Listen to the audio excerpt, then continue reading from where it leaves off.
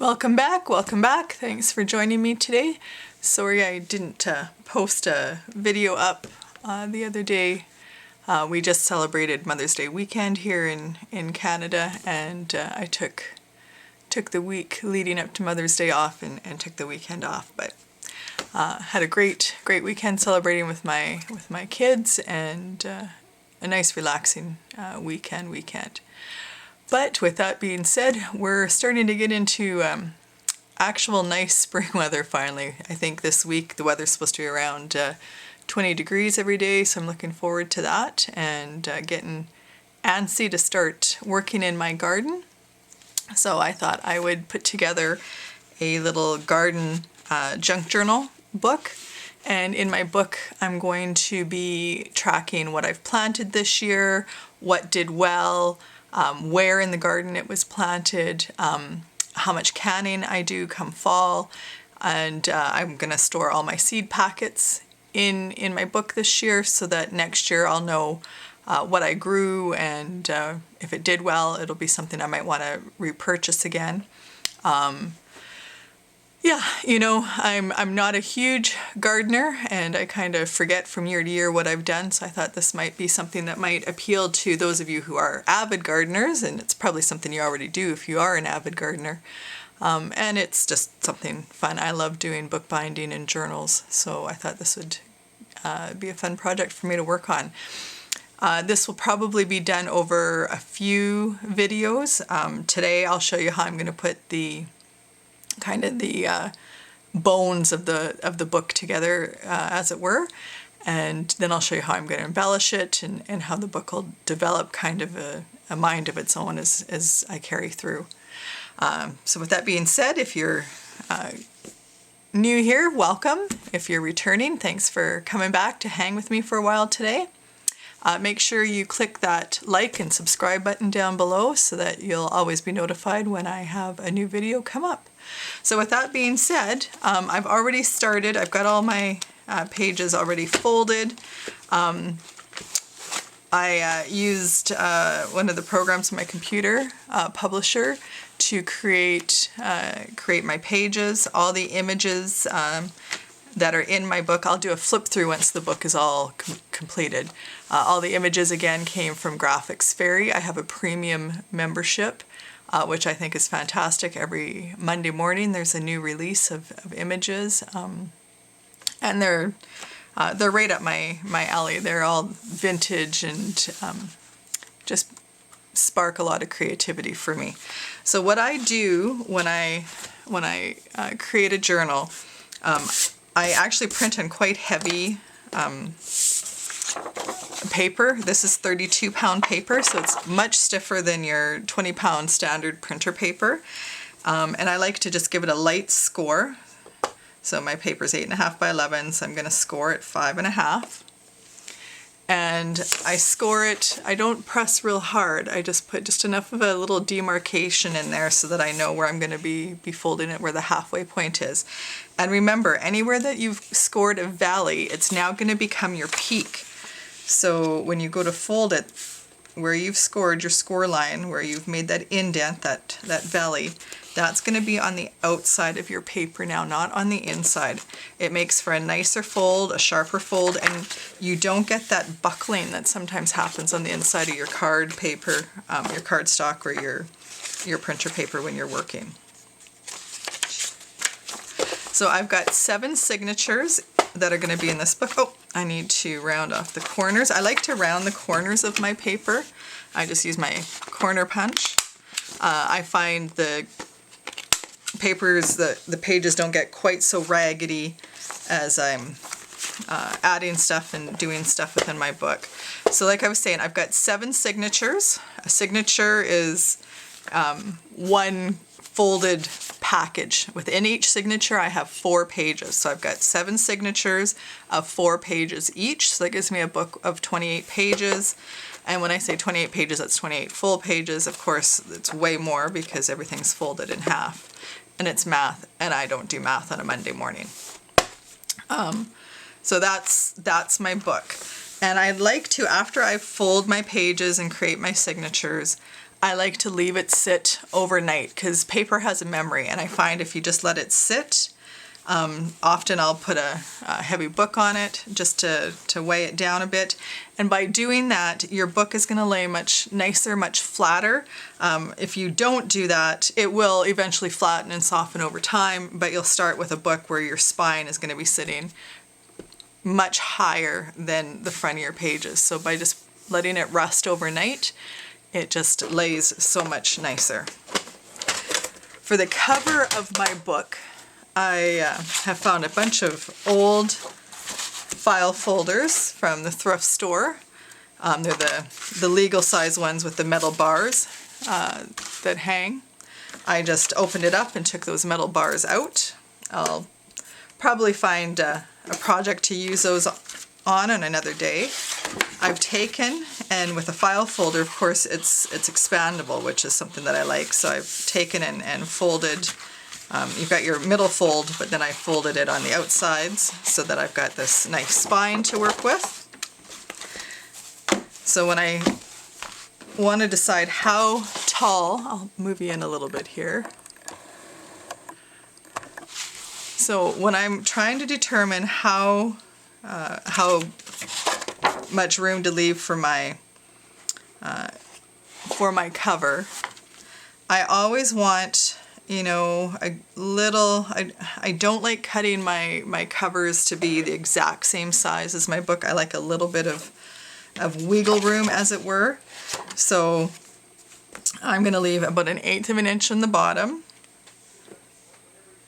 and I'll leave that same amount up on top. I'll take those out, just have one signature in here. So I want about 1/8 of an inch in the bottom, about 1/8 of an inch left of space up on top. And I'm measuring from that bottom fold, so if the spine comes up, and I want, you know, 1/8 of an inch to 1/4 of an inch on the outside of my book as well. So I'm going to cut that.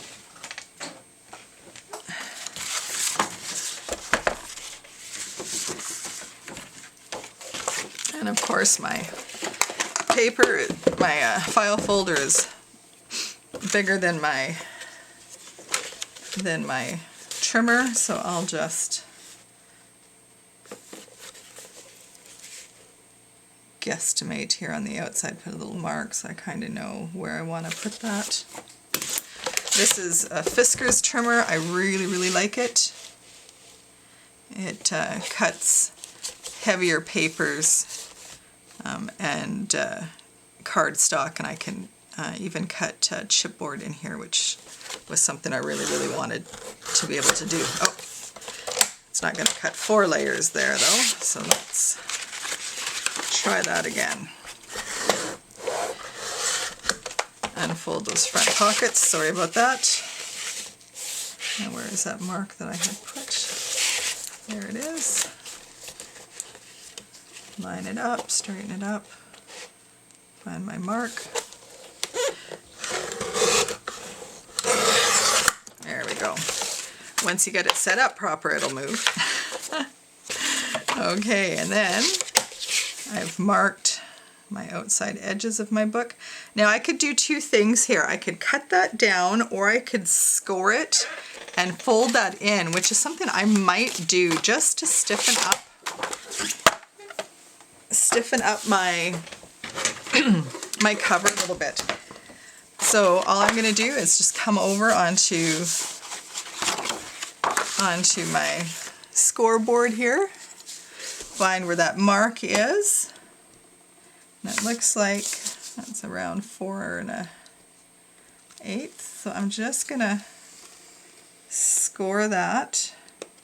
Now I know previously I told you wherever your valley is, that should be your peak, but I need to be able to see what I'm doing, so that's actually going to fold in like this. And it's not that big of a deal, to be honest with you, that I've done it that way. Nobody's going to see that. That's going to be covered. I'm just doing it this way just to get that little bit extra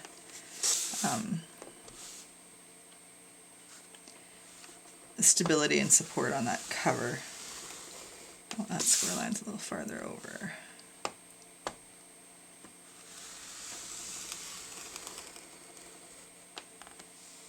And I've course, it's right in the middle where I didn't go.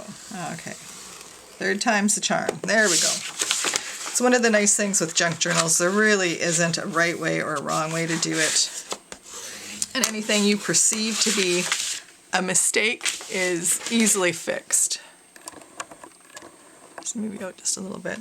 And then of course I've got this leftover piece here, and I think I'm going to add that to the book as well. And I may take and put it in here the opposite direction, just like I said, just for that little bit of extra support. I also think that might make a great closure for the book. Let's see here. So I'm just gonna pin that down, and I should have some paper clips floating around here, but of course you can never find what you're looking for, right? There's a paper clip. So let's just hold that down. And this is letting you into a little glimpse of my thought process when I create journals.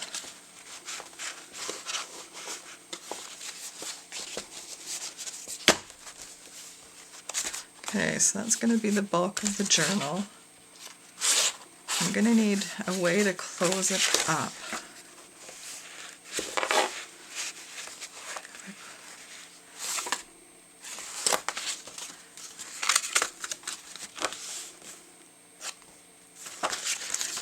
I'm just looking, I really like the holes that are left from when I removed that metal bar.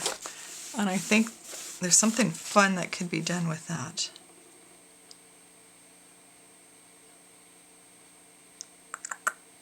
Yeah, you know, the wheels are turning. The wheels are turning. I think I'm going to attach that piece to the outside of my cover. So if I'm going to put it on the outside of my cover, then I'm going to glue that down right away. And again, anytime I glue anything, I use my Beacon 3-in-1.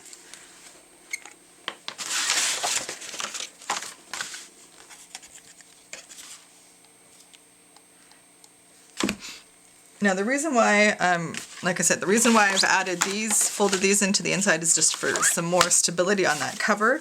I'm adding this to the outside. Again, it's going to give the spine, especially through that middle hole. I'm just going to do a 3-stitch binding method on here. It's pretty... Sorry about that, my camera cut out. So I'm just going to glue that on there, and that's going to give me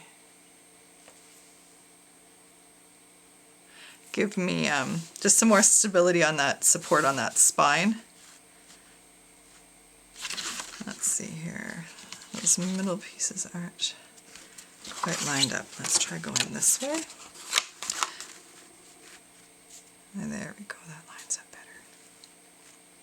So yeah, so that's just gonna give me some extra stability. I'm doing a 3-stitch binding method, and I'll show you how I do that. So I'll let that dry. While that's drying, I'm going to glue these pieces down on the inside here. Now, if you don't have file folders, you can use like a cereal box or, you know, anything that's going to give you some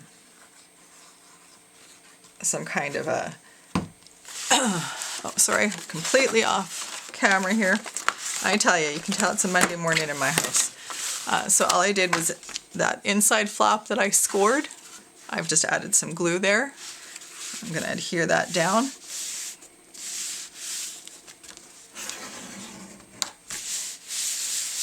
Do the same over on the other side. So as I was saying, if you don't have file folders, use cereal boxes, use chip boxes, use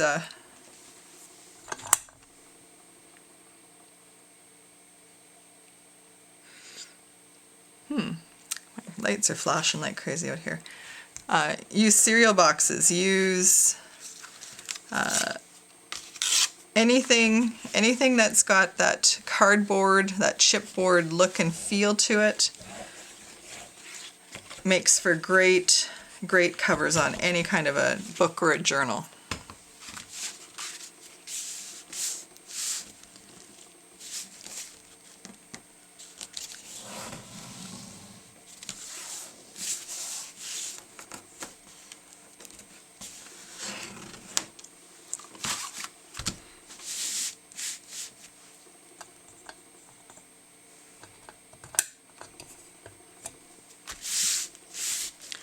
I'm gonna leave this loose on the outside cover for now because I'm gonna try and figure out a way to use that as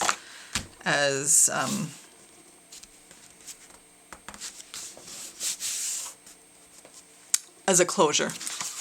I'm not quite sure yet how that's gonna work, how I'm gonna do it.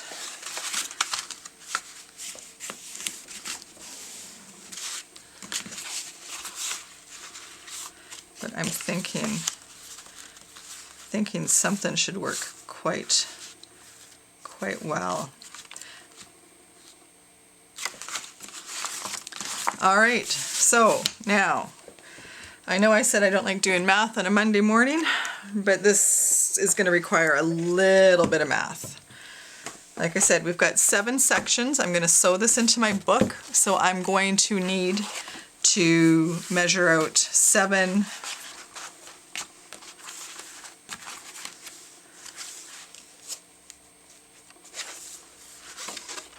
places along the spine and mark it so that I can sew it in there. So I'm not gonna keep you here while I'm figuring out where I'm marking my spines. I'll be right back after I've got that math figured out and show you how I'm gonna do that. All right, so like I said, I'm recording this on a Monday morning, and I should never do math on a Monday morning because it hurts my head, but I think I've got it figured. So I'm gonna move you in here. Whoop. Move you down a little bit. So what I've done is I have marked 7 lines. They're relatively equally spaced apart, and then and those are vertical lines. And then I've got 1, 2, 3 horizontal lines marked as well. And those horizontal lines, where the vertical and the horizontal lines meet is where I'm going to poke my holes. I've also taken and created a little template. I've marked T at the top so I know where the top of my holes are. You want to make sure you've got that marked. You always want to be poking your holes through your signatures in the same spots so that your top hole is always at your top, and you want that to correspond with your spine here when you're poking your holes.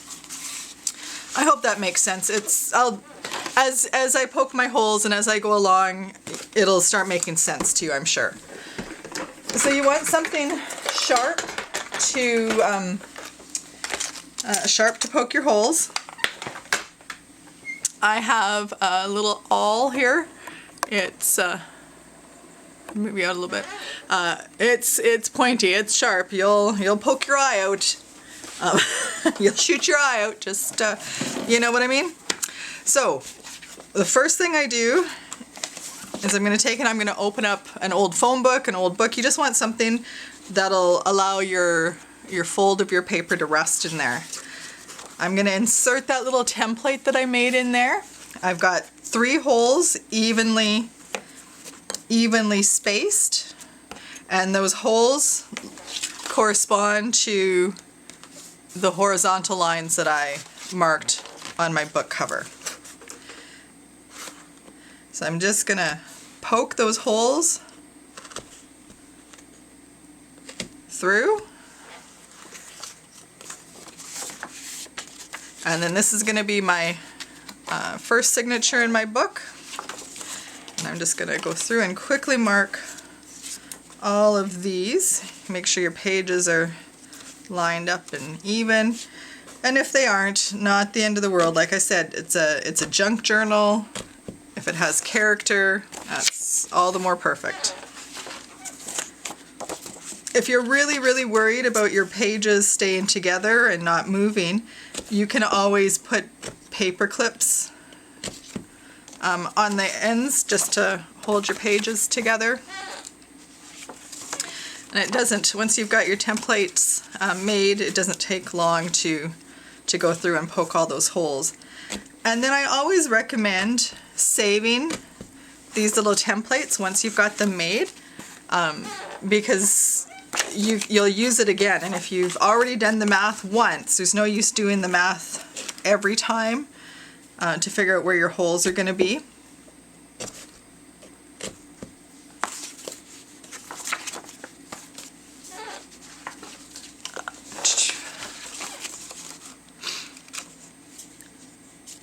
And I know some people, they spend a lot of time making sure everything is real exact, where their how their signatures go in and how their holes get marked. I'm not near that exact. It doesn't bother me if things are not lined up 100% perfect.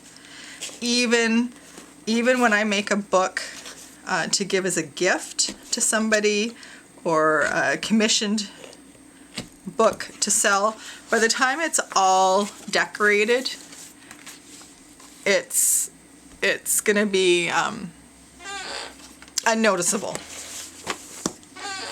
So now I'm gonna come, and like I said, where these vertical lines meet my horizontal, I'm gonna put a hole.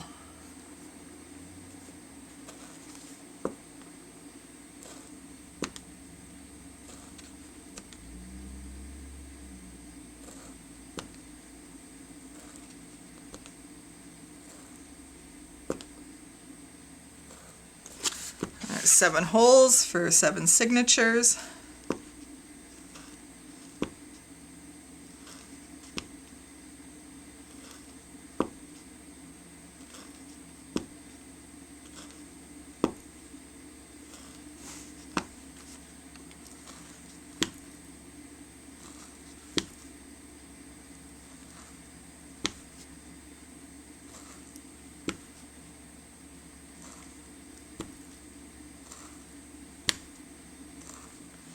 There we go. That's all my holes poked. That comes all the way through. You can see the little holes on the back of the spine. Okay, so now comes the fun part, sewing these in. I think I'm going to use my black thread today. I've got a little bookbinding kit. I've got waxed threads. I've got just thick, heavy nylon thread. I don't really find one works better than the other. The wax thread is a little bit nicer to work with in that it doesn't tangle. So what I'm going to do is I'm going to take the first signature of my book, and I take and kind of go 1, 2, 3 times the length of the book, and then I add a little extra. So, you know, kind of an arm's length or so is perfect. And I'm going to double that thread up. Threading my needle. I've got a nice heavy gauge needle for pushing everything through. I think today, I'm not sure if I'm gonna put so when you're sewing this, train of thought went off the rails. When you're sewing this, you can start in the middle of your book so that you tie your knot and your threads hang in the middle, or you can start on the outside of your book so that when you're tying your knots, all your loose threads hang on the outside of your book. And I think today I'm leaning towards having all my threads hanging on the outside of my book. So I'm going to come in that first hole in the bottom. or sorry, first hole in the middle. And so I come up, and I'm going to come through the middle hole of my book.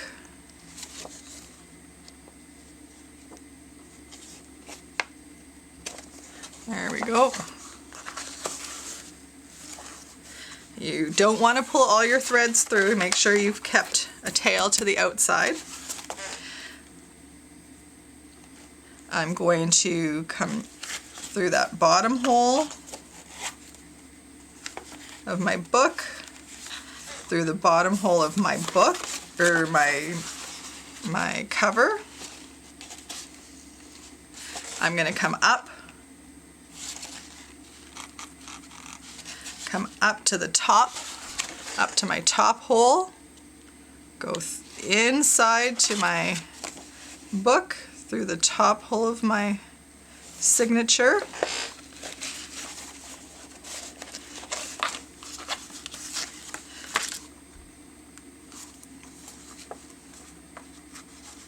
And sometimes I have to take my pages and separate them just to see where my hole is. There we go. And then I'm going to come back to that middle hole. You want to be careful not to pierce your thread. Come through the middle hole of my signatures.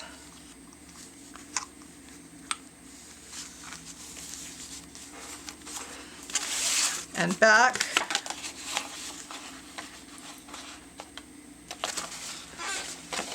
Out the middle hole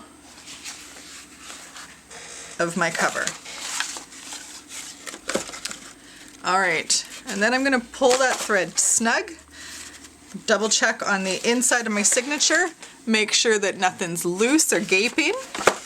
And when you're on the outside of your cover here, you've got your big long piece that you went from top hole to, or from bottom hole to top hole.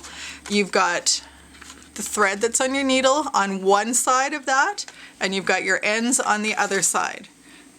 So I've got my needle thread here, my tails are here, and then this is here. And you want to pull your thread snug enough that you get kind of a guitar string sound. And that lets you know you've got everything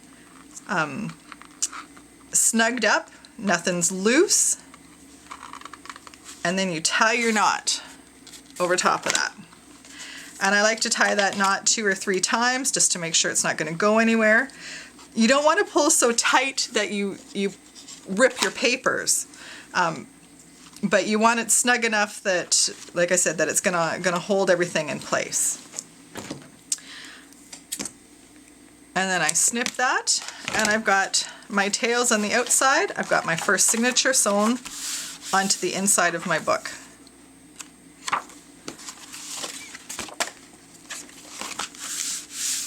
All right, so let's do that again. Take a nice arm's length or so piece of string. Thread your needle. Now the nice thing with these bigger needles, they're often called upholstery needles. If you don't want to buy an actual bookbinding kit, an upholstery needle will work. It's got a nice big eye. I don't know if you can really see that. Yeah, there you go. Nice big eye, so it makes it really easy to thread. And those of us that have passed a certain age and no longer have the eyesight that we used to have really appreciate when we have a needle that's easy to thread. So again, you're going to go in through your cover at your second hole. Make sure you use your second hole. There we go. I'm going to bring in my next signature, going into that middle hole.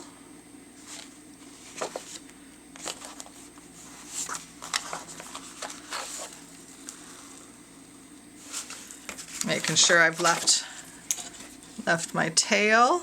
Where's my threads? There's my threads. Make sure you've left your tail outside here.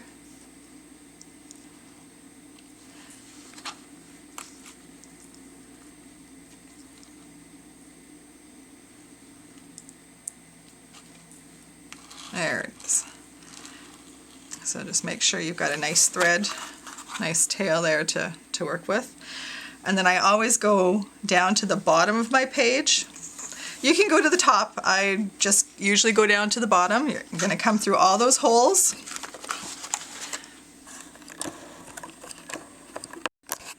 Sorry about that.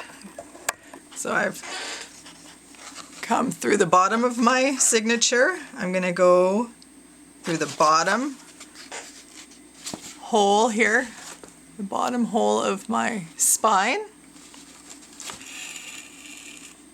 I'm going to come all the way up to the top hole now. Going in that next one, onto the inside, and through the top of my signature.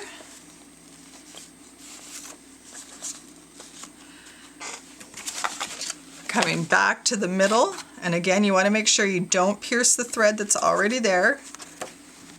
You're going to come through, come through that hole,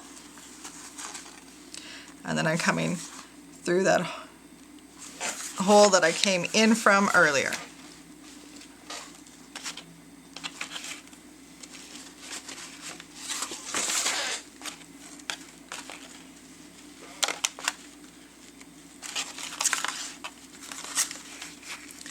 Now, by putting all my strings on the outside of my book, there is going to be a little bit of a rat's nest after a while of being able to tell which threads are which, but I think it'll be quite fun to have those threads on the outside. All right, where?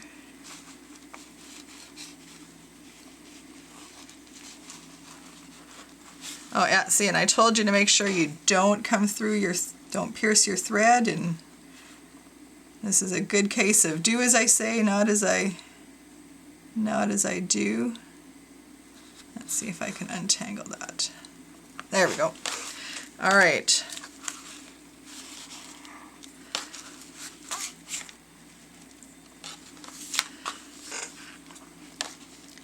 So, just like last time, you're going to pull that snug.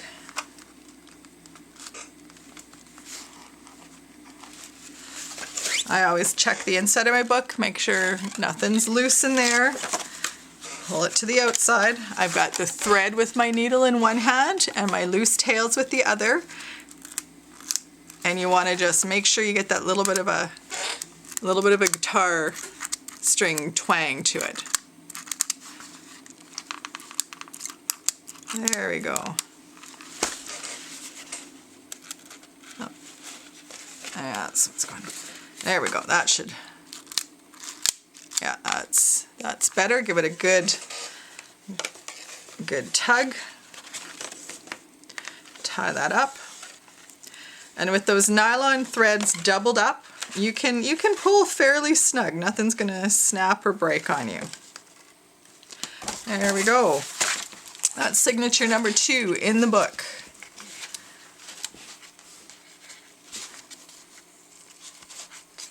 There we go. So I haven't decided yet if I'm going to leave all these threads long and tie like beads and dangles to them, if I'm going to shorten them all up. I haven't quite decided what I'm going to do. So I've just snipped that off.